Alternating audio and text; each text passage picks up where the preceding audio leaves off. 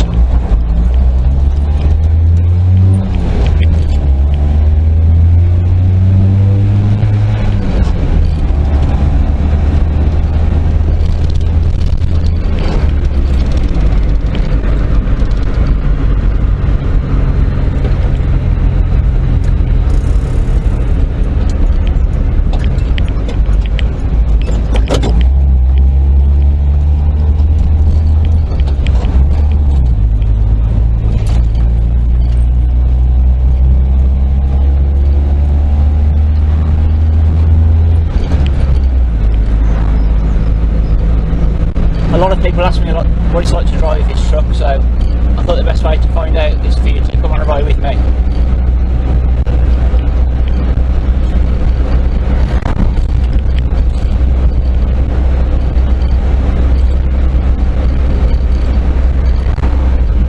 It's manual choke, so I've got it about 3/4 of the way out at the moment, so as soon as it starts to suffocate a bit, I'll push it in.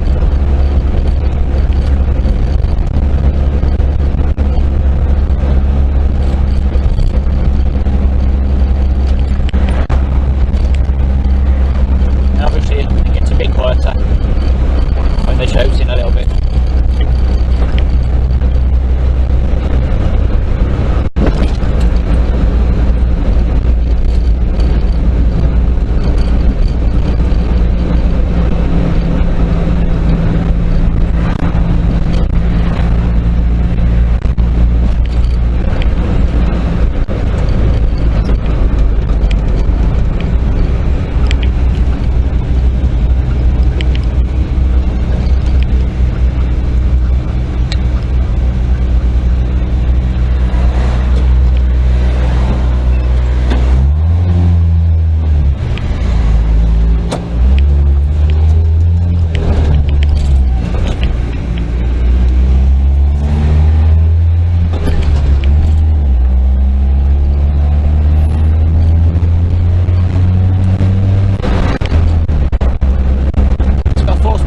Gearbox.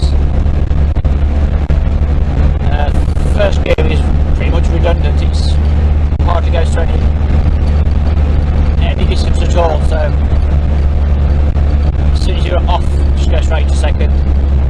You can pretty much start in second really.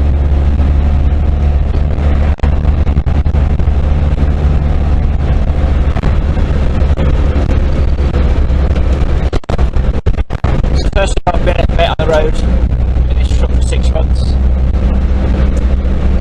since Mim's Honda Day, end of September 2020.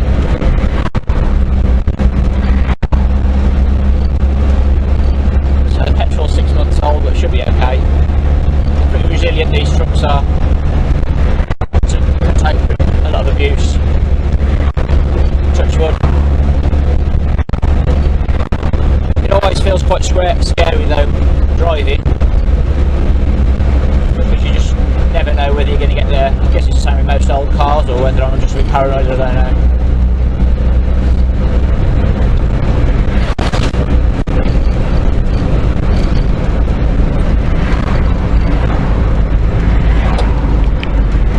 You'll find that my gear changes are terrible anyway, so it doesn't really matter about the gearbox. It's usually driver error with me.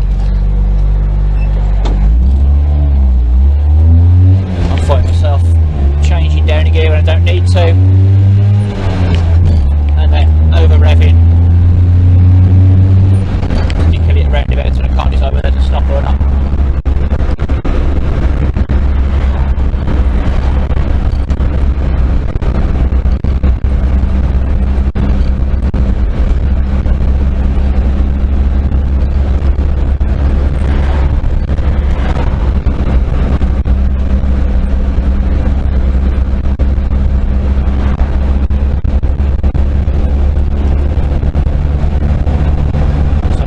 garage for its MOT today, so it's about 10-11 miles, so hopefully it'll be okay. I always stick to the A roads just in case I have to stop for any reason. One thing that will be interesting is it's currently declared off-road, so the only time I can drive it is to take it to an MOT station to get it passed. So if we get picked up on any ANPR cameras, we might get questioned. Hopefully that'll be the only reason.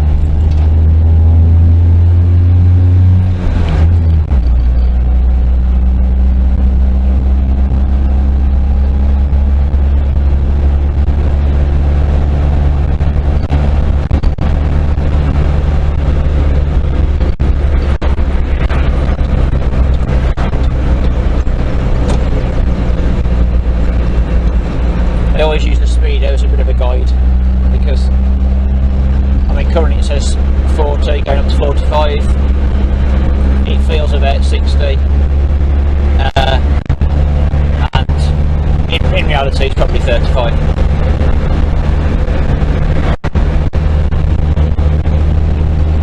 But it's such a tiny little thing.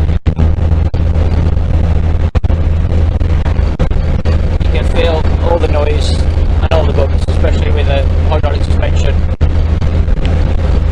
It's not too bad, but you just have to get used to it.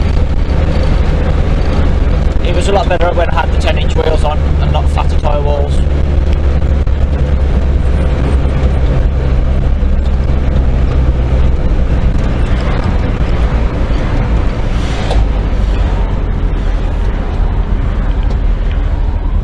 Because the tyre walls used to absorb a lot of the bumps.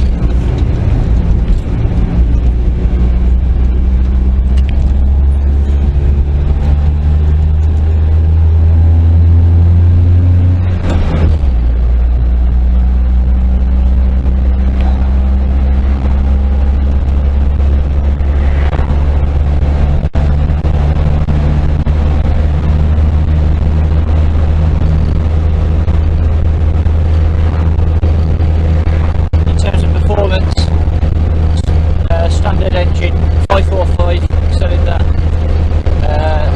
545 cc, 2-cylinder.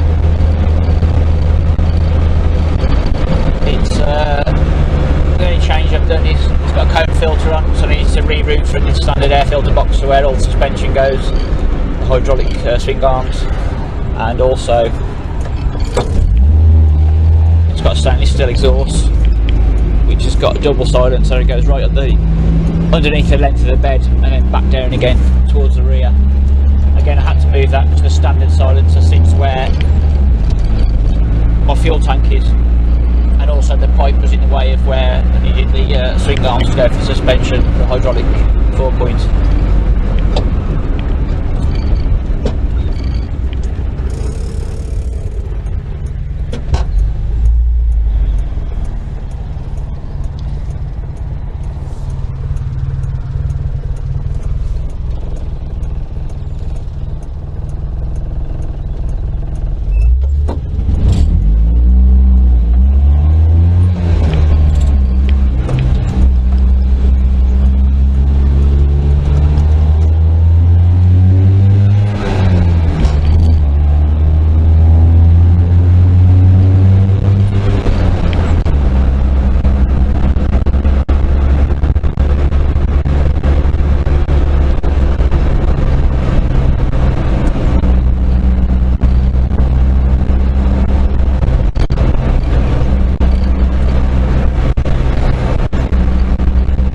When you let yourself enjoy it, it's a really good fun truck to drive, good fun vehicle to drive. It's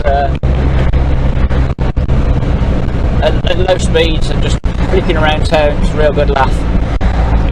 I think my problem is that when I go to shows, I go on long journeys and I really want to get to those shows to make it worthwhile.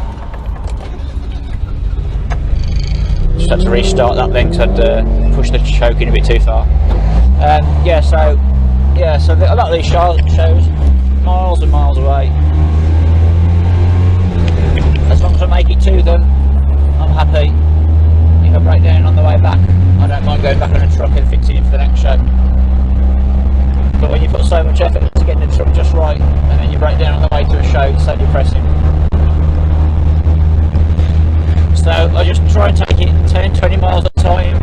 still going, it's still moving, keep getting there. It's a bit like in a football match, you're winning 1-0, you can't enjoy it because you know at any minute the other team might score, but while you're winning 1-0, you just wait for that finish line, final whistle, to say you've made it, and then you can enjoy the relief of making it there. Again, touch wood, I'm holding my wooden gear stick, so that counts. So far it's been pretty reliable for me. Any issues I've had, it was just tyres rubbing against my old wooden lower side panels that I've hacked together. They're a bit too close to the tyre, so I've got good spacing nowadays, so hopefully we'll be all okay.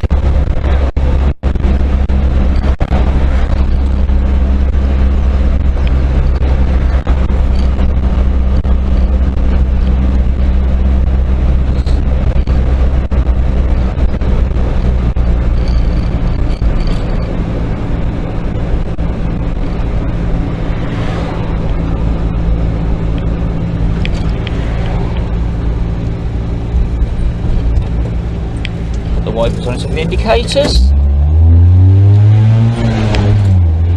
Over revving in first. Tight bend. Never know where the steering is going to go.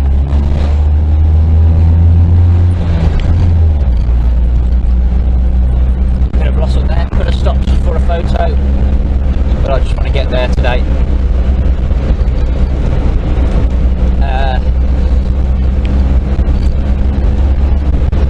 Steering's a bit wayward at the moment. The front wheel bearings were in advisory on the last MOT, so they're going to be done as part of the MOT this time. We've got some spare ones, hopefully the correct ones. It's always a bit of a strange thing with Acty is that the wheel bearings have the wrong part numbers listed, but I think that's the rear, so we should have wheel boards for the front. If not, hopefully the current ones can be adjusted. Got a month until my first show for the Retro Roads weekend, my bank holiday weekend, or the end of my bank holiday weekend. So hopefully if there are any issues with parts, I can find them and source them and get it sorted within a month.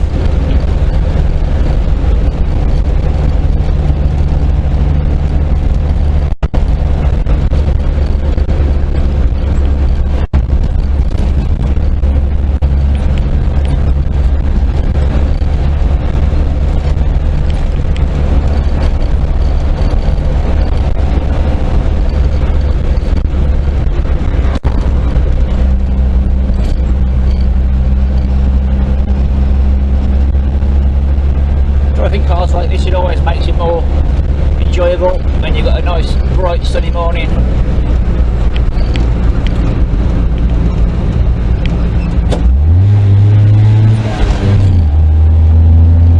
Traffic lights change when I drop into second. Lovely. As I said, I am crap at gear changes and I always have been, which is by coincidence. A lot of the cars that I tend to go for are automatic, but that's just because they happen to be automatic rather than specifically paying for them. Here we go. Tight roundabouts.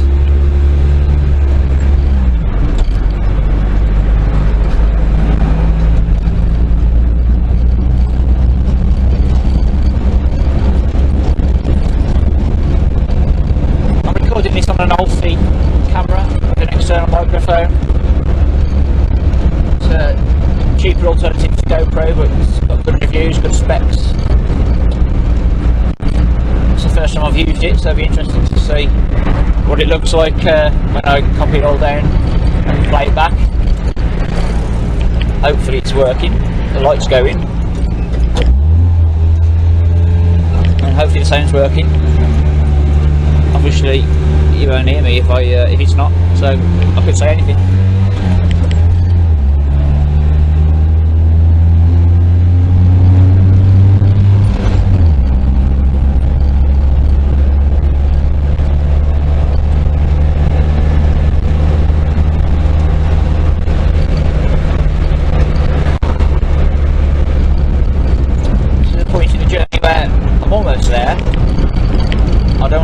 confident, because again, you never know when you're going to get a problem, something falls off,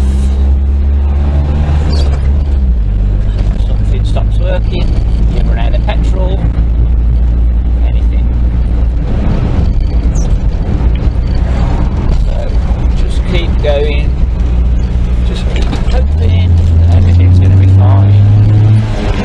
I'm sure it will.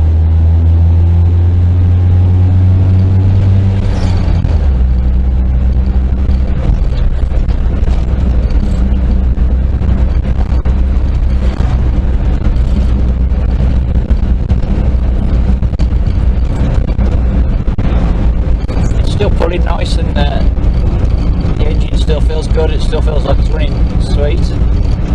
Might not be, I'm no good at these sort of things, but as long as it's still moving and it accelerates as it always has, then I'm happy.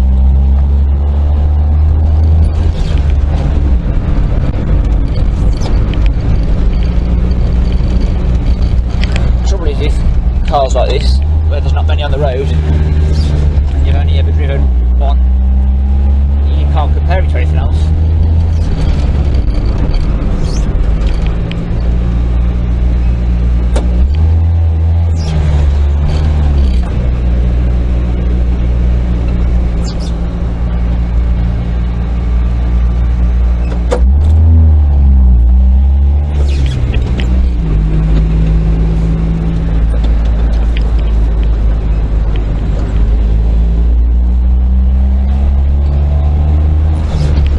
Okay so far, but one thing you do get with something like this is that it looks slow, and it is relatively slow, but equally I'm running on drum brakes all round, so you never know with the brakes. So if someone cuts you up thinking, oh, I can move away from him quickly enough, you never know whether you're going to stop in time. It's that old brake thinking time needs to be used in advance. Get ready to stop, just in case there's an issue with the brakes. But again, touch wood, I've been okay. When I first picked this up, when I was test drive, I remember reaching the end of a road, putting my foot on the brake, thinking, oh, it's not stopping. And I thought I'd put my foot on the accelerator, and it was just, I was so used to modern cars, I'd just forgotten how much advanced braking and kind of how to use a brake pedal compared to a modern disc brake ABS car. The technology on this is 1985, this particular one, which from 1982 was the model was launched, so nearly 40 years now.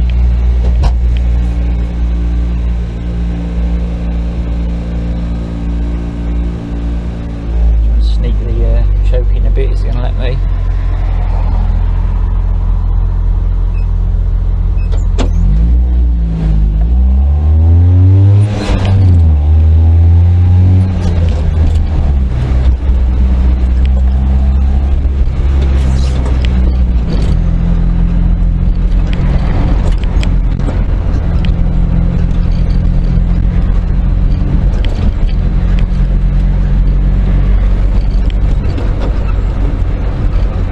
So he's just assumed I'm going to be able to stop.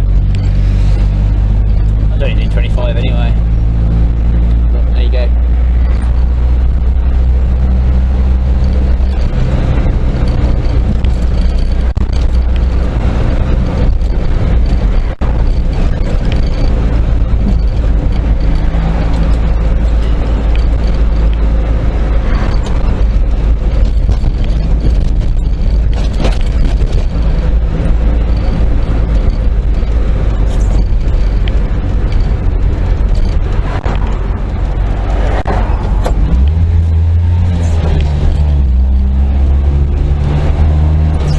I've got hydraulic suspension. I never used it on the road. I just set it to the height that I know that I can ride anywhere on, and just go with it on that. It's probably a bit boring, but I'd rather do that than try and drive off with it too low and knacker everything up, because the engine does sit on the floor when it's on full drop. Temperature's looking all good, by the way. It's just under the halfway stage, which is what I'd expect. It's a nice parking on corners there. Block the roundabout for me, that's nice. Straight over, nearly there now. Almost there. This is the stage now, we're in a journey and I'm thinking, well, if it breaks down now, it's pushable.